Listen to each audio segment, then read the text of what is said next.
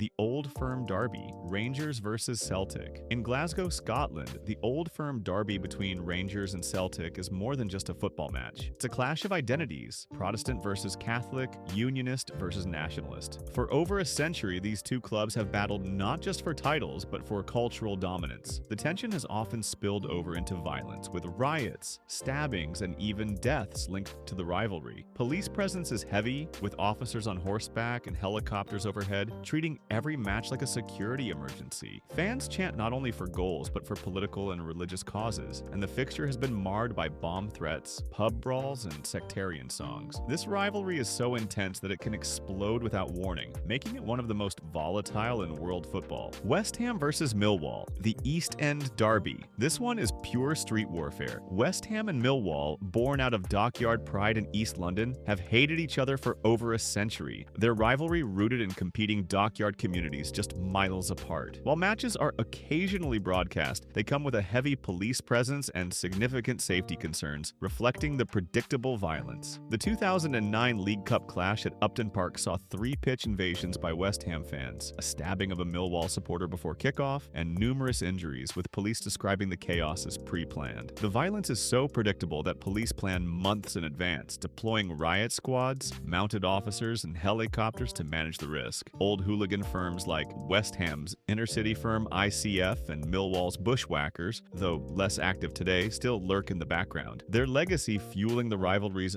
volatile reputation. These aren't just football fans, they're soldiers in street clothes, ready to defend their turf at any cost. It's too real, too raw, and far too dangerous for broadcasters like Sky Sports to treat it as anything but a high-risk event. Hansa Rostock versus St. Pauli, the Fear Derby. In Germany, no rivalry runs deeper or more dangerous than Hansa Rostock versus St. Pauli. It's not just a football match, it's ideology versus ideology. Hard-left ultras from Hamburg's rebellious St. Pauli district clashing with far-right hardcore from the former East. Their first meeting, 1992, right after neo-Nazi riots shook Rostock. Ever since, it's been pure hostility. These games don't just get heated, they explode. In 2011, 2,000 police were called in for a second-tier game. Flares, smoke bombs, and fireworks were launched straight into St. Pauli's away section. Seats were torn up and hurled. Rostock fans even threw bananas at St. Pauli's black goalkeeper in a disgusting racist stunt. By the end, 33 arrests, multiple injuries, total chaos. The violence has shaped everything around the derby. Riot squads are routine. Away fans have been banned for entire seasons. Fans responded with a funeral march, mourning the death of football culture. This isn't Bayern versus Dortmund. This is a political street fight dressed up as a football match, and every time they play, it feels like something's about to break. Boca Juniors versus River Plate, the Super Clásico. Buenos Aires turns into a battleground when Boca Juniors and River Plate meet. Their rivalry a clash of class warfare. Boca, the working class club rooted in La Boca, versus River, the elite of Núñez. Riots, beatings, and constant police intervention are commonplace, with heavy security like riot squads and helicopters treating every match as a crisis. Fans clash in the streets, burn banners, and invade pitches, while bomb threats loom in the background. The 2018 Copa Libertadores final second leg, meant for El Monumental, was relocated to Madrid after River fans attacked the Boca team bus with rocks and bottles, injuring players and sparking a global scandal for Argentine football. It drew international coverage, including from Sky Sports, but the violence showed why this fixture is too dangerous for live broadcast to ignore the risks. Galatasaray versus Fenerbahce, the Intercontinental Derby. In Istanbul, two continents collide as Galatasaray and Fenerbahce wage a battle that's more than football. It's a fight for cultural supremacy. Flares and firecrackers illuminate the stands like war zones, often halting matches as seen in a 2025 clash stopped by fan-thrown pyrotechnics. In 2012, Fenerbahce fans torched a police vehicle after a title-deciding loss, proving the violent threat is real. The darkest moment came in 2013 when a Fenerbahce fan was stabbed to death for wearing his team's shirt in the wrong neighborhood, a rare but chilling reminder of the stakes. While such tragedies aren't routine, the risk lingers, with fans likely separated on public transport to avoid clashes. Riot police in full-gear patrol matches, and districts like Kadıköy and Beyoğlu locked down under heavy security. Clashes, injuries, and arrests mark these games, from street fights to stadium chaos. Sky Sports may show highlights of marquee moments, but live coverage is rare, as one flare too many can turn a broadcast into a crisis, reflecting the derby's raw and unpredictable danger. calendar. Rapid Wien versus Austria Wien, the Wiener Derby. Vienna goes on edge when Rapid Wien and Austria Wien square off. The Wiener Derby isn't just Austria's biggest football rivalry. It's one of the oldest in Europe, going all the way back to 1911. But forget the history books for a second. This isn't just about football. And when these two meet, things get ugly fast. Flares? Always. Chants? Non-stop. But sometimes it spills way past the line. In 2024, after Rapid won, Austria fans launched firecrackers into the family section. That triggered Rapid ultras to storm the pitch. The two fan bases clashed on the field, and police had to step in with tear gas. 13 people ended up injured. It's gotten so serious that riot squads and heavy security are expected every time these two play, and this isn't new. In 2007, fights broke out in the streets. 4 officers injured. In 2011, Rapid fans invaded the pitch mid-game, and in 2024, the league finally cracked down, banning away fans from 4 derbies in a row. It doesn't get much international attention, mostly because Austrian football isn't on many global broadcasts, but whenever violence erupts, this derby makes the headlines. In Vienna, this match isn't just a fixture on the calendar, it's a full-blown identity clash. And when the lights come on, history, pride, and decades of tension come to a head. Palermo versus Catania, the Sicilian derby. Sicily isn't just about mafia stories. On the pitch, it's Palermo versus Catania that turns the island into a battlefield. This derby is more than football. It's about control, pride, and a rivalry stretching back over 100 years. In 2007, things hit a breaking point. Riots after a match led to the death of a police officer. The fallout was massive, a week-long suspension of all Italian football and years of away fan bans. But even that didn't stop the chaos. Buses have been ambushed, like in 2002 when a Palermo supporter bus was pelted with stones. Stadiums have been surrounded by mobs, with flares lighting the sky, smoke bombs filling the air, and fans and police going toe-to-toe in what Italian media called guerrilla war conditions. This derby isn't just a game. It's revenge. It's family. It's defending your end of the island with everything you've got. And when they meet, it's not just tension, it's all-out war. Red Star Belgrade versus Partizan, the Eternal Derby. Serbia's Eternal Derby lives up to its name, and then some. Red Star and Partizan don't just share a city, they share a history soaked in politics, war, and street-level chaos. Both clubs trace their roots back to the Yugoslav military machine, and their fans have carried that militant energy into the stands. When they clash, Belgrade goes into lockdown. Flares light up the terraces like signal flares in a war zone. Ultras from Red Star's Delige and Partizan's Grobari don't just show up, they prepare for weeks. Choreos, smoke, and banners fill the air, but so does violence. Brutal brawls break out in the streets and inside the stadium. Riot police flood the area, but even they struggle to keep order. Flags get burned. Provocative symbols get raised. And in 2024, things went off the rails again when Partizan's coach was attacked. Just another chapter in a rivalry that's been spinning out of control for decades. This isn't about bragging rights. It's not just about a city split in two. It's about power, history, and hatred. And when Red Star meets Partizan, no one's thinking about the scoreline. They're just trying to get home in one piece. Olympiacos versus Panathinaikos, Greece's derby of the eternal enemies. Greece doesn't do calm rivalries, and the derby of the eternal enemies between Olympiacos and Panathinaikos is fan warfare at its fiercest. Fireworks and flares light up the stands, often halting matches as seen in 2023 when a firecracker injured Panathinaikos' Juankar, stopping play and leading to a 3-0 forfeit. Hooligans, sometimes mobilizing on scooters, fuel street clashes with riots spilling across Athens. Players like Gibril Cissé in 2011 have been attacked, and officials, including club presidents in a 2015 altercation, have been targeted. Games are frequently delayed or canceled, with suspensions in 2011, 2015, and 2018 due to fan violence. In 2007, a Panathinaikos fan, Michalis Philopoulos, was killed in a pre-arranged hooligan fight, underscoring the lethal stakes. This isn't just football, it's a battle for dominance that grips the nation. Club Nacional versus Peñarol, the Uruguayan Superclásico. South America's oldest football rivalry, the Uruguayan Superclásico between Club Nacional and Peñarol, has been shaking Montevideo since 1900. This isn't just some historic fixture, it's chaos waiting to happen. In the days leading up to kickoff, fans clash in the streets, throwing things, shouting, and pushing the limits. Inside the stadium, flares go off, smoke fills the air, and everything feels like it could tip over at any second. Because of all the violence over the years, away fans have been banned in several seasons, including 2016. In 2015, a title-deciding match was stopped just before the end when Peñarol fans tried to storm the pitch, tossing seats and fighting with police. And while there hasn't been a super classico with hundreds of arrests. Over 250 Peñarol fans were arrested in 2024 during a riot in Rio. Unrelated, but part of the same aggressive fan culture. In Uruguay, this match is a huge deal. But for broadcasters like Sky Sports, it's too much to handle live. They'll show the highlights, but being there in real time, that's a risk they'd rather not take. Partizani Tirana versus KF Tirana, the Albanian derby. Albania might not be a football superpower, but it boasts one of the fiercest rivalries in Europe. KF Tirana versus Partizani Tirana isn't just about bragging rights, it's about political identity, class struggle, and deep-rooted animosity. The city of Tirana turns hostile when these two meet. Clashes outside the stadium often lead to injuries and arrests. Flares light up the night, and in 1967, a player brawl led to both teams forfeiting the match and losing points. In more recent years, fan violence has spilled onto the field, as in 2019 when ultras clashed during the game, turning the stadium into a war zone. Sky Sports certainly won't be signing up anytime soon. The violence just doesn't make it worth the airtime. These rivalries might never get the primetime treatment. They're too unstable, too dangerous, and too deeply rooted in conflict. But to the fans who live and breathe them, they are everything. These aren't just games. They're identity, pride, and defiance wrapped in 90 minutes of fire. So the next time someone says football is just a game, remind them of the derbies too violent for even Sky Sports to touch. Subscribe for more football stories that the mainstream won't show you, because the truth, it kicks harder than any tackle.